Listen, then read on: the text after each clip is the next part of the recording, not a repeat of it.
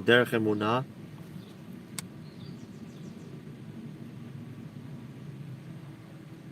The first question is, how does the world have a creator or a leader?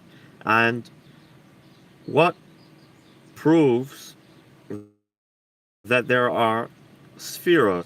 Sefirot are the 10 Sefirot, which contribute to the world which contribute to the world's existence, as explained in Kabbalah. So how do we have proof that the 10 Sefirot exist? Because there are those who say that there are not the 10 Sefirot, and there's just God Himself, the infinite God Himself. The third question is, if we can prove that there are 10 Sefirot, how can we prove that they are 10 and not one power or one energy? And how do we know that these Sefirot are beyond this world and they're not creations in and of themselves, just like the rest of creation? How can we say that He is one and the number 10 is included in Him? And how do we hold close to our hearts the oneness of the Creator and not the commands that come forth from Him, the 10 Sefirot or the 10 Ma'amarot, the 10 commands that created the world? And after, definitely, we will explain that there is 10 Sefirot, and also that they are beyond this world, and they were not created in the one power. They're not created as one. I will ask, why did God give them limitations that affect their input into the physical realm? These Sefirot, these 10 commands that God created in order to manifest the world,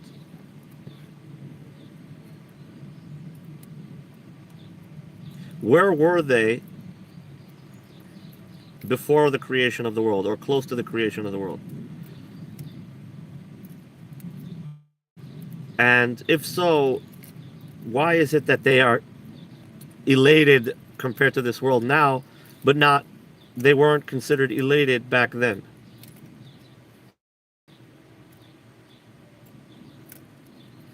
Is there a renewal of manifestation of wisdom in something that is complete? And if we get an answer to all of these, I would want some examples so I can understand better, and so on and so on. And then, what is the mahus? What is the essence or the character of these 10 spheres? What is their name? What is their place? I wanted to say, how do we access them? What is their name? What is their address? How would they be called? We know that and the 10th question that he asks, we know that praising God 100 times a day is corresponding to the 100 adanim, which are corresponding to the 10 sfirot, which each of them is included from. Maybe you can explain me how that is. How they are in the Keter Elyon, the higher crown, which is a very high level in the Kabbalistic tree of life and creation. And if they are total mercy and they are simple and there is no judgment there.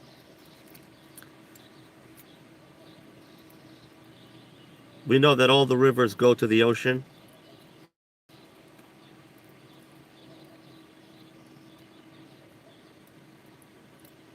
And he explains another question. Anyway, this is Derech Emuna. These are the questions.